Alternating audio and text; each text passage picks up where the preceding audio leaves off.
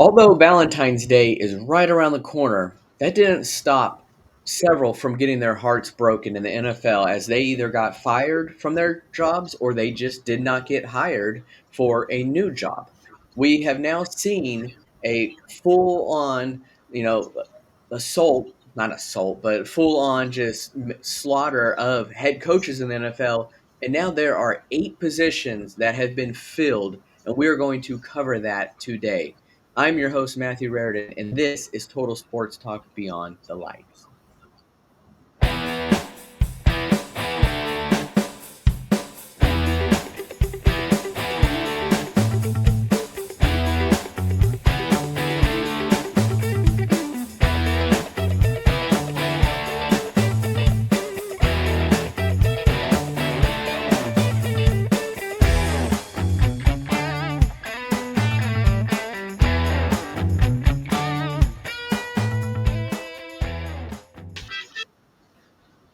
What's going on, everyone, and welcome to another episode of Total Sports Talk. We are survived that hangover of episode 50. What a celebration that was! But here we are at episode 51, and today we are going to cover all the head coaching vacancies and now who has filled those positions, and we're going to rank them on how we feel that we think the rank, how it went, and where we're going to put that, and then we are going to discuss at the end just how similar our rankings were. We have not discussed this prior to the episode of who we think it was the best hire and who we think was the worst hire. So I'm interested to see if we all have that in common. And also, there is going to be a fun fact. I want to see if you guys catch on throughout the episode about these coaching hires. And at the end, I will discuss what that fun fact is. But first, I want to introduce my co hosts here today. First, we have David Street. What's up, y'all? And secondly, we've got Ed Smith. Welcome, y'all. Well, just like I said, there has been a plethora of coach firings and coach hirings, and we are going to just take a deep dive into how we feel about these hirings. But first, before we get started, I do want to give a huge shout out to ADP. Those guys over there at American Daily Press are awesome. They are a buddy news organization that is seeking to bring truth and legitimacy back to the world of journalism. Their mission is to empower readers with accurate, well researched information to foster a deeper understanding of our world, breaking through the propaganda and aim and arming the people with truth. They also just announced a host of new podcasts they are launching and supporting, including us here at Total Sports Talk, Guys Night, an innovative show with no soup for Knowles. So if you're looking for truth, look no further than americandailypress.com. Head on over to their site, sign up for their weekly newsletter, and follow them on Twitter. Give them a like and share as well. But guys, I want to talk about these coaching hires. And the first place, the first destination I want to talk about is Atlanta. Atlanta has now hired Raheem Morris as their head coach.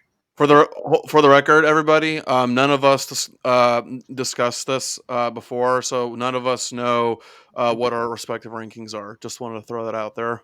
Yeah, this is all blind to us, so that's why I'm interested to see if we have that in common or what. So we're gonna find that out here. But Raheem Morris, guys, this is one of those hires that I don't hate, but I don't necessarily love this hire. Although Morris has really made a name for himself as a defensive coach, um, how has he really done as a head coach? And has he ever been a head coach before? And the answer is yes, he has.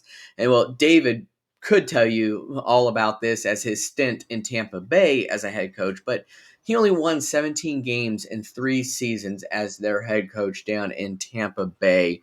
But I really like the way he coaches defense. I mean, we saw what he did with the Rams as they faced the Bengals in the Super Bowl.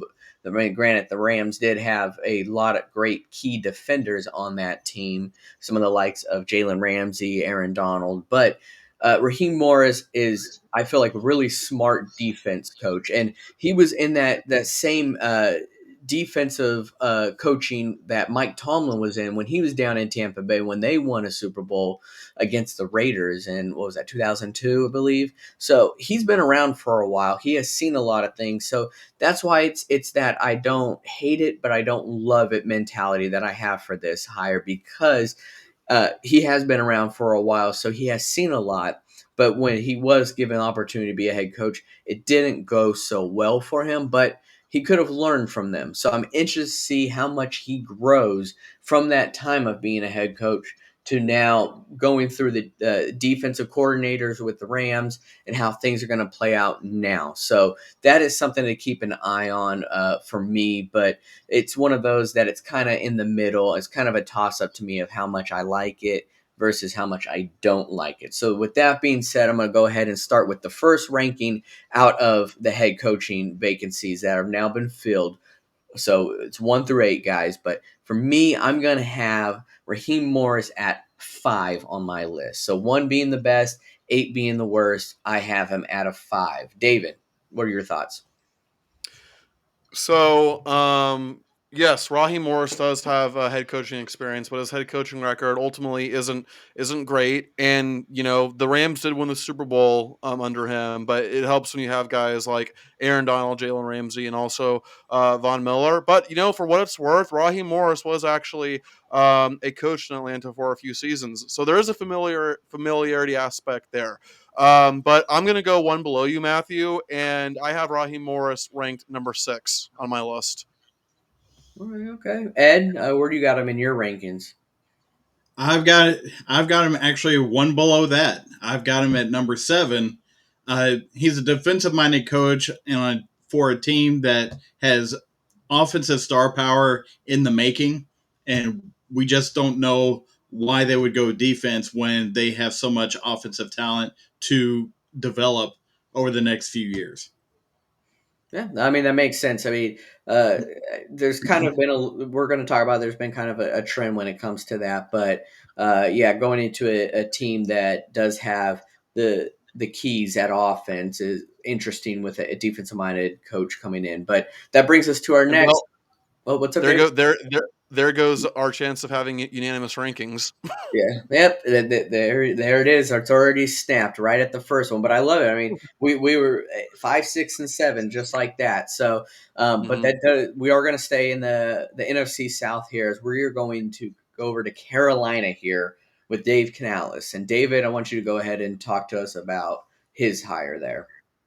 Yeah. So when it comes to Dave Canales, he does have a proven track record in one key area, and that is he led Geno Smith and Baker Mayfield to career years. These are two quarterbacks who otherwise are not exactly known for being elite. So clearly, Dave Canales knows how to work magic with quarterbacks. And he's going to a team that, of course, employs Bryce Young, a former number 1 draft pick. So having a guy with that kind of experience, that kind of resume is huge. And also, Dave Canales is bringing some experience with him. He took 2 of our coaches from Tampa Bay, Harold Goodwin, the run game coordinator, and Joe Gilbert, the offensive line coach. So I think there's a lot of potential for Dave Canales. But I think there's also a lot of question marks as well, because for one, but our running game under Canales was putrid. And when you're the offensive coordinator, you're not just in charge of the passing game, you're in charge of the running game as well. Now, whether or not that had to do with personnel issues in Tampa that maybe he won't have in Carolina, although I don't see how that's possible since Carolina was obviously much worse than Tampa. But I don't know, like maybe the run game will be good under Canales in Carolina. I think Chuba Hubbard has a lot of potential. He almost had 1,000 yards this season. And then the other thing too is that Dave Canales was an offensive coordinator for just one season. And personally, partially out of selfish reasons, but personally, I think Canales needed at least one more as the offensive coordinator in Tampa. But listen, I don't blame him. He made a career move. He's obviously going to get paid way more as a head coach than as an offensive coordinator. So he made the best move for himself. So I don't blame him. But ultimately, where I would rank him, guys, I have him at number 5. So I kind of have him in like that middle area. Like I said, I think there is clearly potential. The guy has proven that he can work with quarterbacks very, very well. But like I said, there is a lot of question marks, and it doesn't help that he's going to have to deal with arguably the worst owner in the NFL, in David Tepper. But Ed, so I have Canales number 5. Where would you rank Canales on your list? Well, I would have the job ranked much lower than what I have Dave Canales ranked. The job for Carolina is a lower end job of the opportunities that were out there, but I have the hire of Dave Canales being number 3. This is a guy that I would consider a quarterback whisperer, and that's what Bryce Young is going to need to get his confidence back to stand in the pocket in Carolina. Fair point, Matthew. Yeah, I actually have him at 4 because there are several of these openings that uh, you don't know who the starting quarterback's going to be. Where Carolina, it's going to be Bryce Young. There is an uphill battle there, but I have him at 4 just because of that. The Carolina is not really the place to be because of all that's happened there as of recent. But I think that he has something special there. But I have him at 4. But this next coaching hire, this actually kind of surprised some people, even though we knew eventually he'd get a head coaching job. Kind of came out of left field because there wasn't a whole lot of rumors about it. But that's a-okay. It just didn't get leaked. But that is Seattle. They have found their new head coach, and that is Mike McDonald from the Baltimore Ravens. Ed, I'm interested to hear what you have to say on this. Well, isn't it interesting that there are basically 3 coaching trees that have completely taken over the NFL? There's the Shanahan coaching tree. Um, there's the Bill Belichick coaching tree, and now there's the Harbaugh coaching tree. It doesn't matter which Harbaugh; it's just one of the Harbaughs. And part of the reason why you didn't see a lot of talk about Mike McDonald taking over for Pete Carroll in Seattle is he's been a Baltimore guy ever since he got into the league. Yes, he took a year and went and worked for Jim Harbaugh at Michigan, but for the most part, he's been with John Harbaugh, working his way up the rank from coaching intern to defensive assistant, coordinators, all these different levels. And this was just the next logical step for him. I think he is, in a position to where the job itself only needs him for a couple of years because of the ownership, fluctuation that's going to happen in the next few years. That puts the job itself at a little lower level. But the coaching hire himself as a ranking, I would put him at number 5 simply because he's a defensive minded coach, replacing a defensive minded coach at a spot where there's ultimate turmoil above him, and he's got to find some way to get offense onto the field. So I'm not in love with this hire. And that's why I have him ranked at number 5 for myself. And Matthew, what are you thinking? I actually have this at number 3. I really loved this hire. I know he is replacing a defensive minded uh, coach, but it's kind of a new age. We are seeing that now, that it is kind of changed a little bit. And I think bringing Mike McDonald in there, especially with him going to Michigan and then coming back to Baltimore to kind of see those things, I see him being there at Seattle as a really great head coach, and you have young talent like Devin Witherspoon there, and they don't know if Gino's going to be their guy on offense, so there is question marks there. But at least we know that this guy could coach the defense, and he's proven that. But David, how do you see this one? I'm in complete agreement with you, Matthew. I also have Mike McDonald, third on my list. I love this hire. I think this is an absolutely phenomenal hire for the Seahawks, because, as I've mentioned many times before, the Ravens have a historically good defense under McDonald. And yeah, I understand the whole idea of, well, they've gone from one defensive minded coach to another defensive minded coach. But I think the reason why going for a defensive minded coach in this case is actually a brilliant idea, is because you're in the same division. You're in a division with one team that employs Christian McCaffrey and another team that employs Puka Nakua, two of the most lethal weapons in the game today. And personally, I think bringing in a guy who can assemble and run the kind of defense that's built to stop these kind of modern style offenses in the NFL, I think that could be absolutely crucial. So I love this hire, and I have him number 3. Well, what's interesting is this next guy I'm going to talk about, I thought for sure was going to Seattle. There was something about it that I thought I saw his name and I instantly thought Seattle, but it did not quite happen to work out like that. And I'm talking about Dan Quinn, who has now been hired as the Washington Commanders head coach. And this one's interesting because I really saw Dan Quinn going to a team like Seattle, who still has promising pieces there. I did not expect to see him going to a team like Washington, who really does not.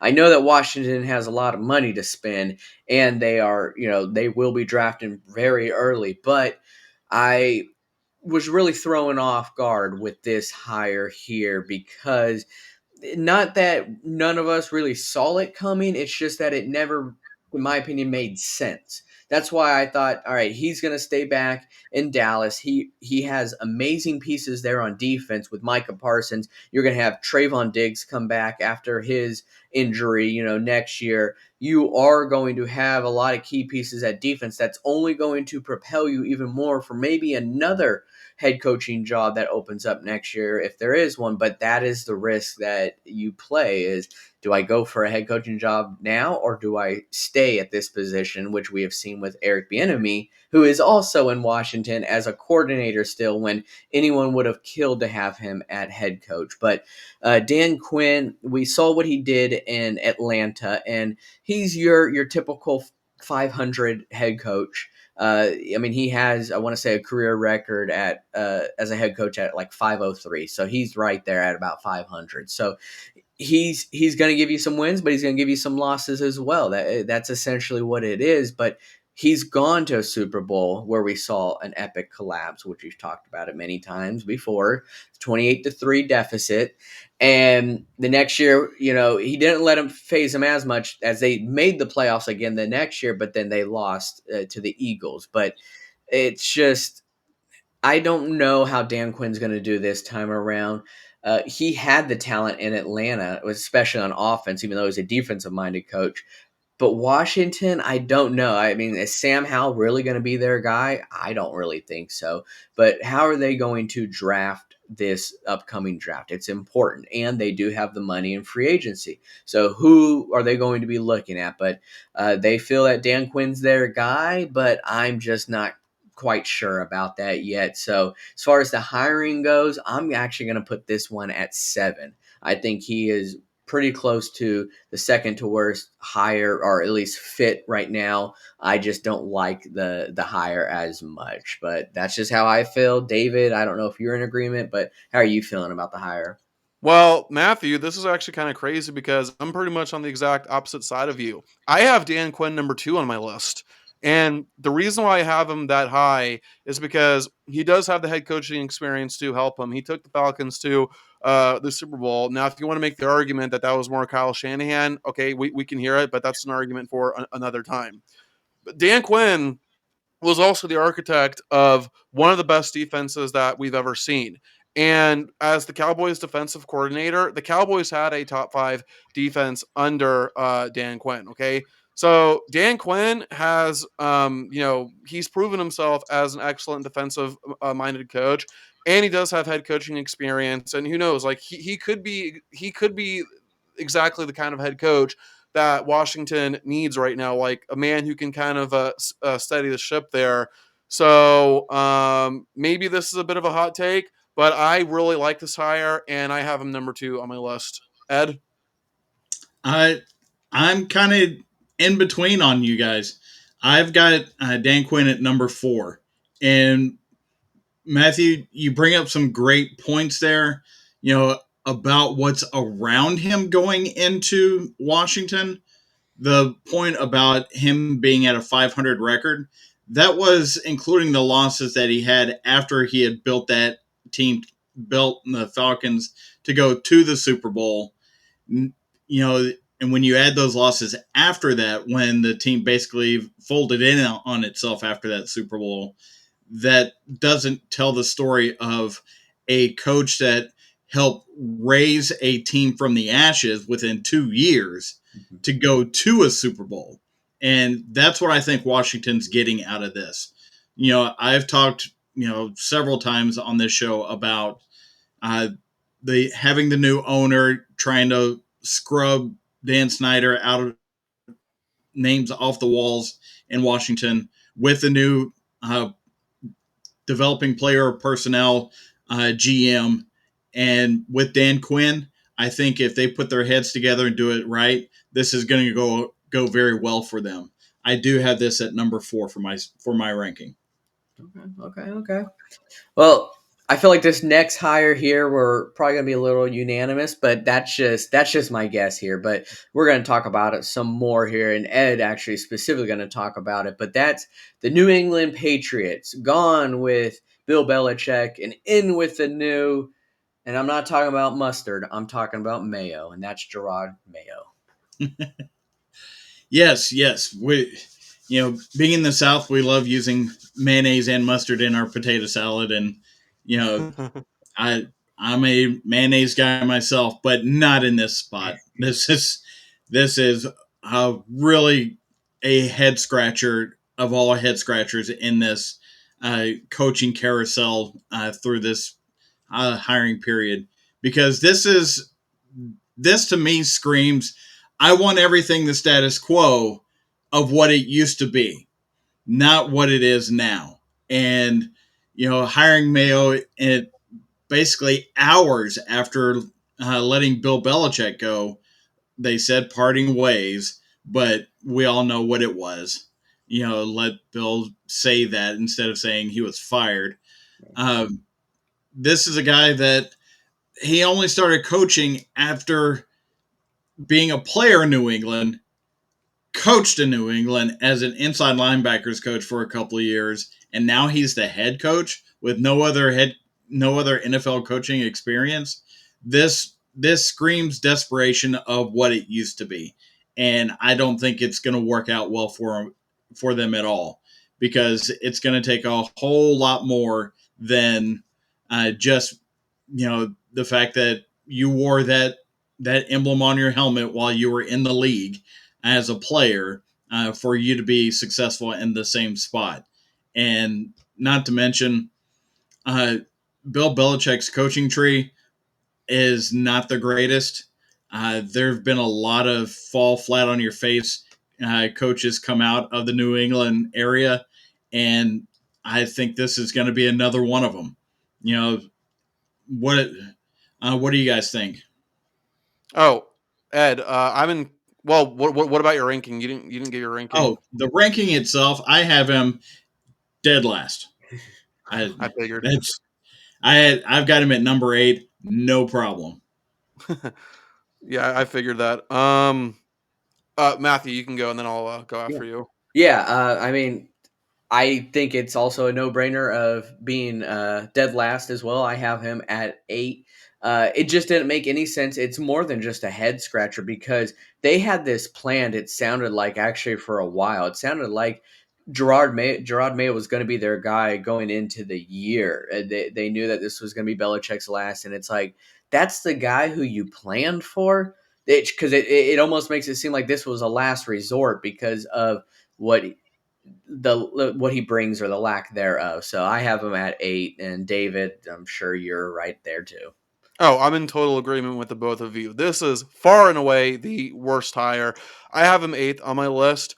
I mean, Ed, you said it yourself. He was only an inside linebackers coach.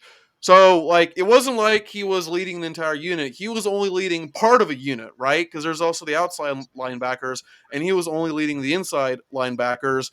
And he's the only coach, the only new hire on this list with no prior head coaching slash coordinator experience before. Literally, the only positive thing that Mayo has going for him is the fact that he played for the Patriots and he coached with them. So he does have familiarity there. But beyond that, this is easily the worst hire. So for the first time, we're in unanimous agreement here.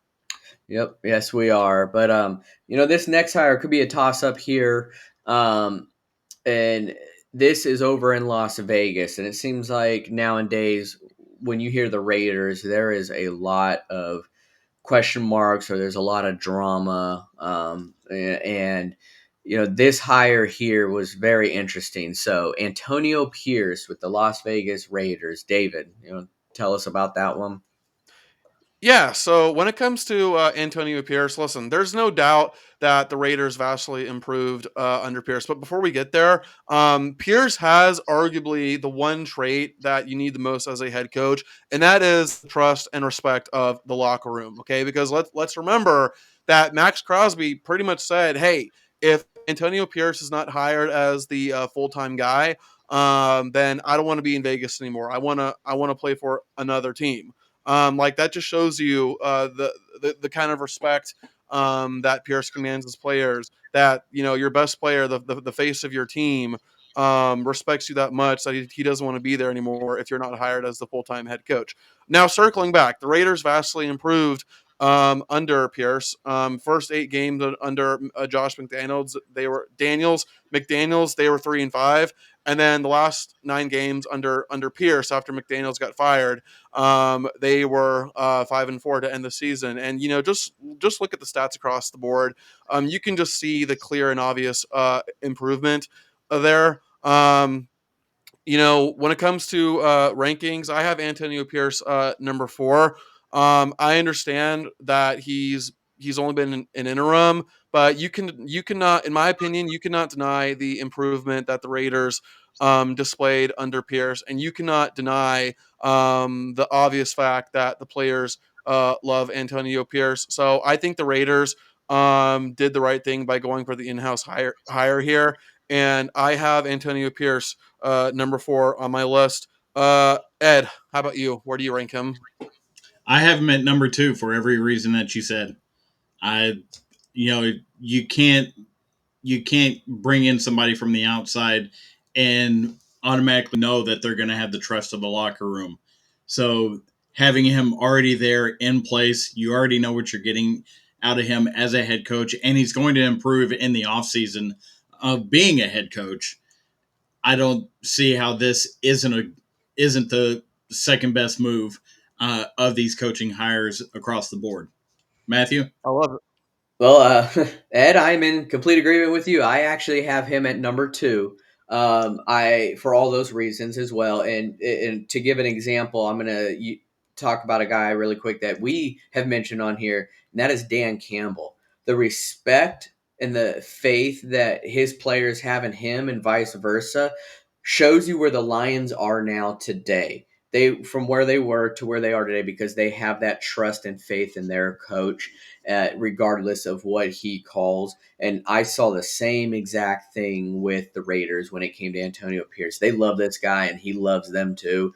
And he's a Raider, and that's what it showed at the end of the day. And they realized that, and they upgraded him to from interim to actual head coach. So I love the hire, and I think you're going to see good things with this hire too. I think it is going to pay a lot of dividends for the team and the fan base. So yep, I have him at number 2. But out there in the West, we did see the king of the Wild Wild West come over, and that is Jim Harbaugh himself. The national champion Jim Harbaugh from Michigan Wolverines has now made his way back to the NFL with the Los Angeles Chargers. And guys, I absolutely love this hire. I was very happy when I saw this because I knew going into it when they fired Brandon Staley, which they should have done a long time ago, there was one guy I had my sights on for them, and that was Jim Harbaugh. We knew he wanted to come back to the NFL. He had said before that he didn't want to, especially after he didn't get the Vikings job. He was like, I'm content in college. But once I saw they won the national championship and the witch hunt the NCAA has on him, I said, this guy's out. He's going back to the NFL. And there's one team that he needs to go to, and that's the Los Angeles Chargers. Pretty much the only team that had an opening where they had their quarterback. I said earlier the Panthers do with Bryce Young, but he still has a lot to show for.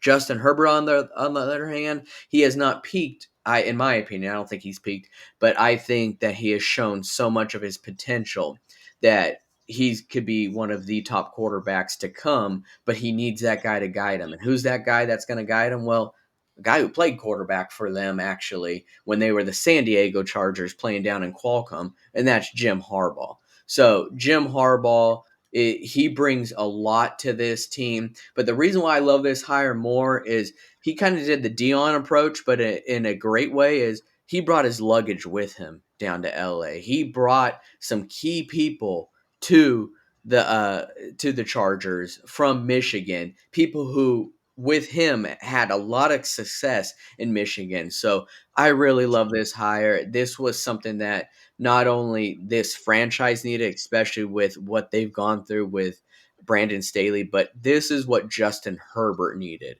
Most of these great teams in the NFL right now, the one thing they have in common is their quarterback and how excellent they are and their relationship with their head coaches. We're seeing that with Mahomes and Andy Reid. As much as you want to hate them, they are incredible because they have each other, and he helped shape. They help shaped each other a lot too. Jim Harbaugh is going to do exactly that with Justin Herbert, so no surprise here. I have Jim Harbaugh as my number one hire of the offseason. David? Oh yeah, totally. This is far and away the best hire of the offseason. I have Jim Harbaugh at number one as well. And why? Guys, the only thing I need to say is that Jim Harbaugh led the 49ers to the Super Bowl with Colin freaking Kaepernick as the quarterback. And now he has Justin Herbert. Enough said. Number one, easily. Ed? I think we all know that I'm going to say absolutely we're in agreement here because there really is no second choice as to who the who the second best across the board is. You know, when we looked at you know Pierce as being number two, only two of us said so. Uh, Simply because we have seen Jim Harbaugh not only take an NFL franchise to the promised land, didn't quite get the ring, uh, and went Thanksgiving with his brother, but he did go through college at two different stops and was dominant at both, and eventually won the national championship with Michigan this past season. This is a guy that is a head coach. This isn't a coordinator that is trying to be a head coach, which is not something I can say for most of the coaches on this list. You know, there there really isn't retreads as far as coordinators trying to be head coaches here. But Jim Harbaugh is the one true head coach of head coaches out of this list in my mind, because even with Dan Quinn having the head coaching experience and going to the Super Bowl with him, uh, part of the credit that he got off of that was off of Kyle Shanahan. Let's be honest with that. Kyle Shanahan's work with Matt Ryan was huge on that. But Jim Harbaugh, he is far and away the best coach out of this group. Yeah, best coach, and I think one of the better teams to have a position open as well, solely because they have their guy at quarterback, where some of these are kind of up in the air, or they're still having to prove themselves as a young quarterback. But here's a team that has a lot of question marks as far as who's going to be their quarterback. That's the Tennessee Titans. Tennessee Titans have brought over Brian Callahan, and David's going to kind of talk us through on this hire and if he likes it or if he doesn't like it. Yeah, so Brian Callahan was the offensive coordinator for the Cincinnati Bengals for few seasons. And with Callahan as the offensive coordinator, Joe Burrow has generally been a very good quarterback. And the Bengals did go to the Super Bowl in 2021 with Callahan as the offensive coordinator. Now, that being said, there is one huge problem. And Matthew, can you guess what that problem is? No Joe Burrow. Well, that is definitely a problem, but that's not what I'm looking for. Ed, can you guess what that one huge problem is? No Derrick Henry, and you have Will Levis. Yes, those are problems as well, guys. But the answer that I was looking for is he never called the plays in Cincinnati. Zach Taylor calls the plays for the Bengals.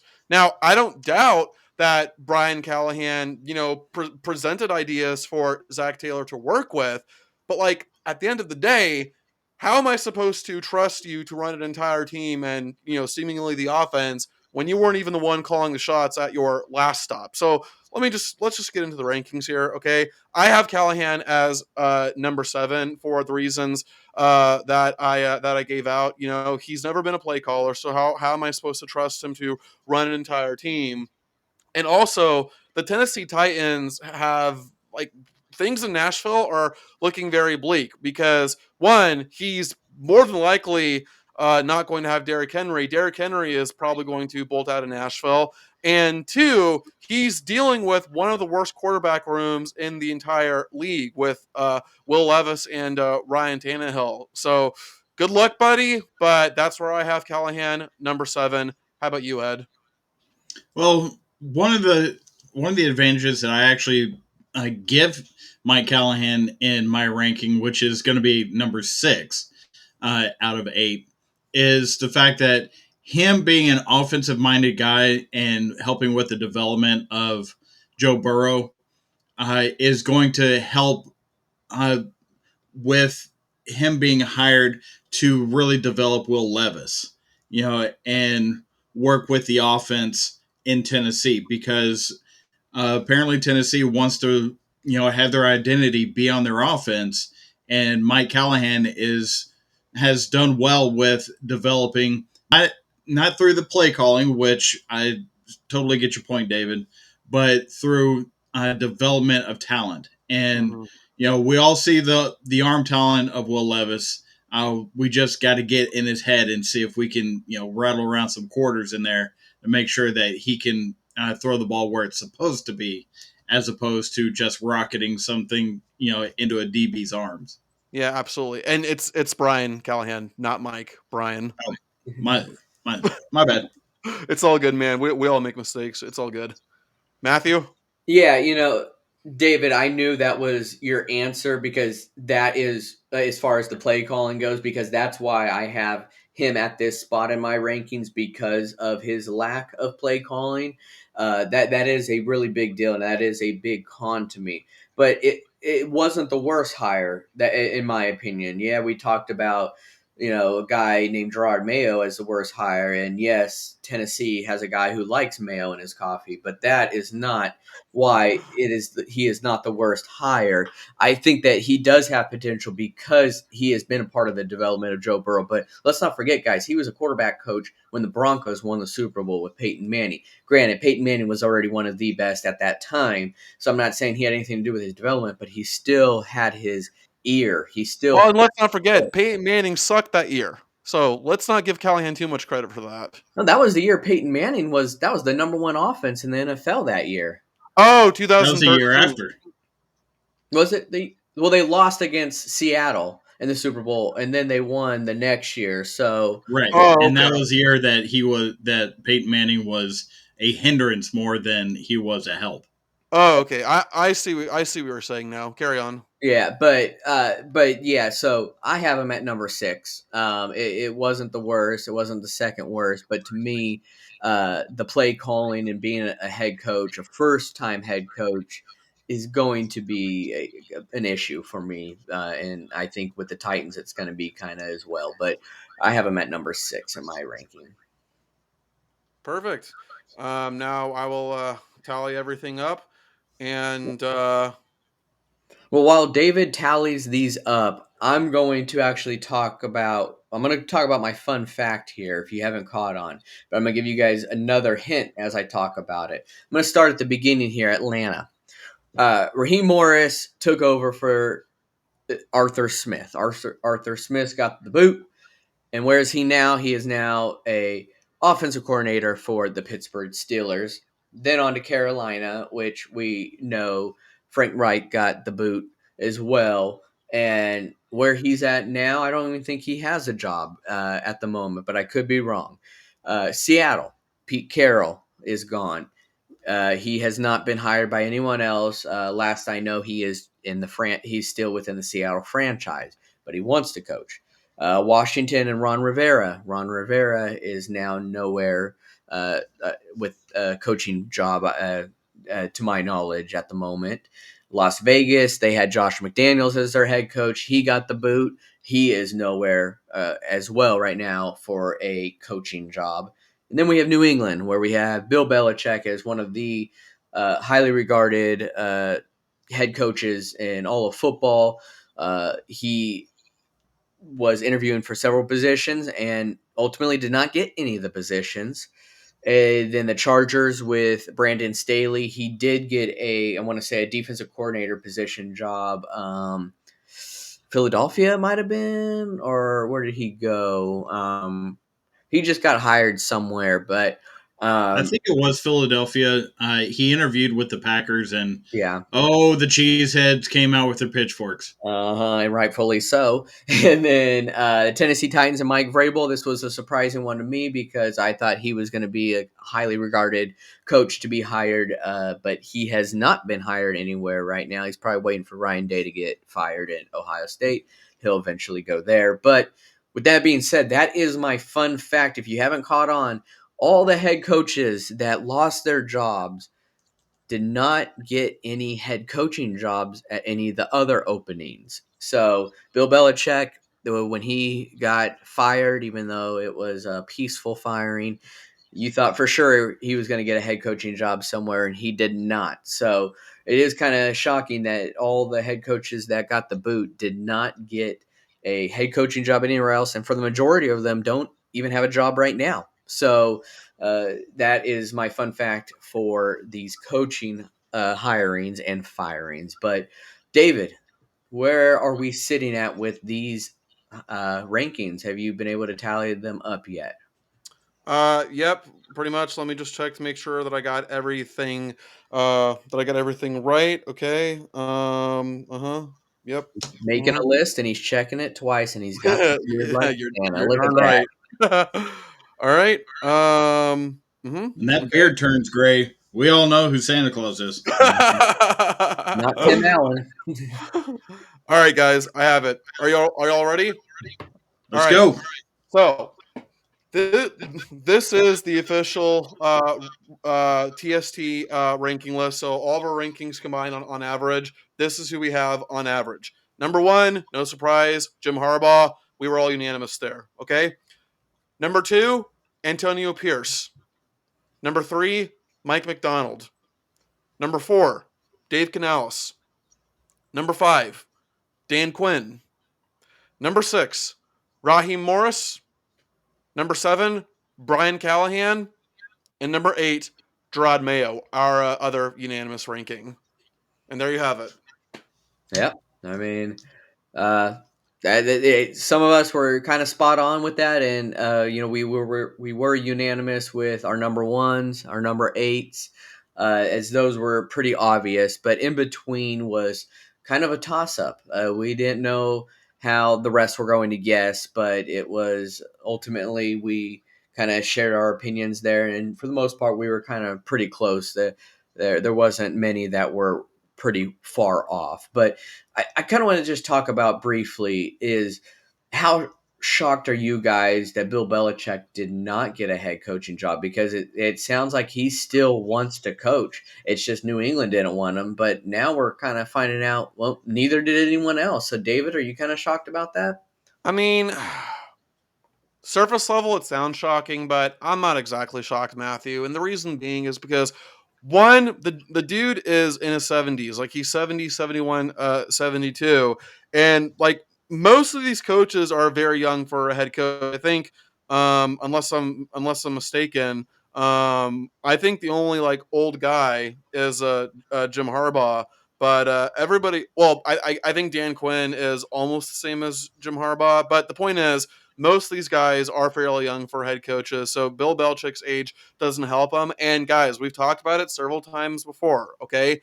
Bill Belichick's record without Tom Brady basically speaks for itself, right? Now, and as we've also talked about several times, Bill Belichick is a brilliant defensive mind. I have no doubt that if Belichick decided to kind of tone it down and just wanted to be a defensive coordinator, there would be teams calling him right now. Okay.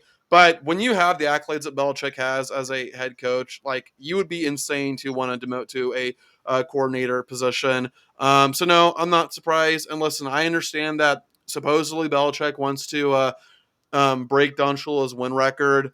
But dude, who cares? You have the most Super Bowls as a head coach. You have the one thing that matters the most. And I understand wanting to go out on your own terms, man. But man, you have nothing left to prove. Yeah, I mean, Ed, you kind of feel like that as well. Not really shocked, but are you shocked? Well, to look at it from a franchise's perspective, Bill Belichick has been a GM with the New England Patriots for most of the time, if not the entire time that he was in New England. So you take a coach that is at that age, as David astutely brought up, he would be looking to have that GM role as well when there's a lot of owners out there that won't put up with that. They want to have a GM that they can work with in the front office that's not also spending time being a coach. So that's a big part of it. And who knows how much longer Bill Belichick would be able to coach, even if he got the job, how effective he would be with the players that he would be dropped into to have around him. It's not on the side of the franchises of these teams to have an older coach that is used to pulling all the strings to step in and basically take over your whole organization just because he's Bill Belichick. It doesn't make any sense whatsoever because it would only be for a short term anyway because he's certainly not going to be a head coach all the way up until he's 80, trying to get that last win.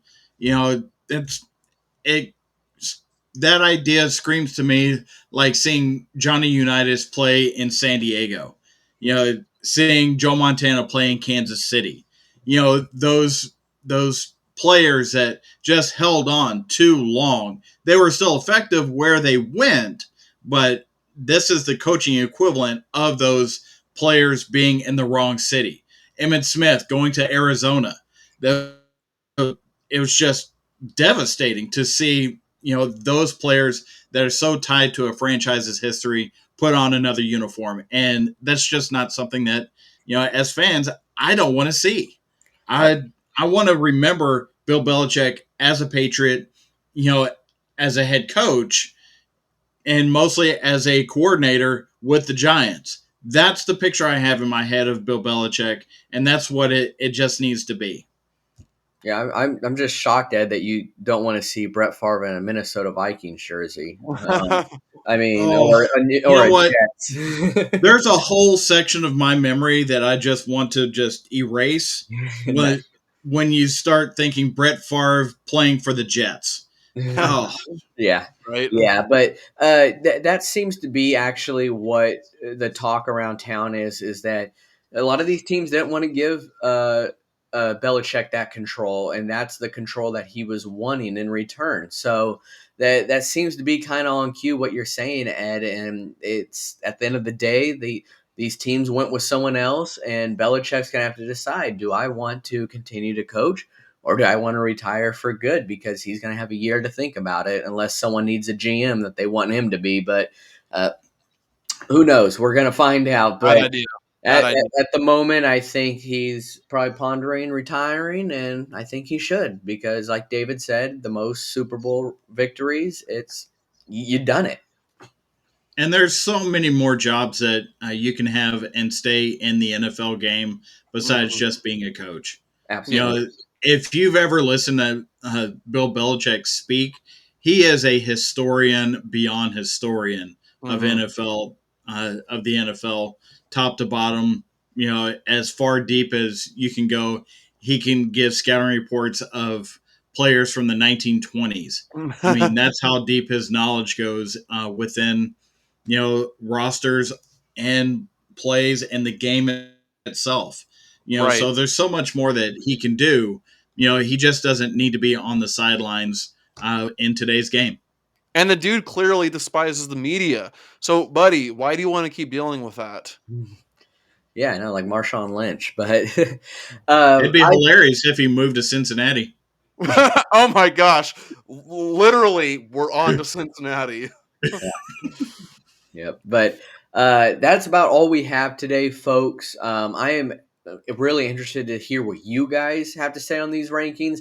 I'm sure if you're a Chargers fan, you will definitely have Harbaugh at one. If you're a Raiders fan, you will, or not Raiders. If you are a, oh gosh, who did we vote last? Patriots. Patriots. You will Patriots. definitely not vote Gerard Mayo last. But You don't want him last, but deep down you know he's last. yeah, you have to know he is. But let us know how you feel though on these rankings. If you agree with us or where you are at in between, because these are just our opinions, guys. It's not that we have any saying on these rankings as far as they care. It's just more of how we feel that these hirings are. And I mean, for the most part, we're kind of in agreement on a lot of things, or we're somewhere in between. We're right around there. But I want to hear what you guys have to say. So drop in the comments your rankings. Also, give us a like, a subscribe, and share these videos as well. We really appreciate your guys' input and all that you guys do for us. But till next time, guys, we are rounding third and we are headed for home.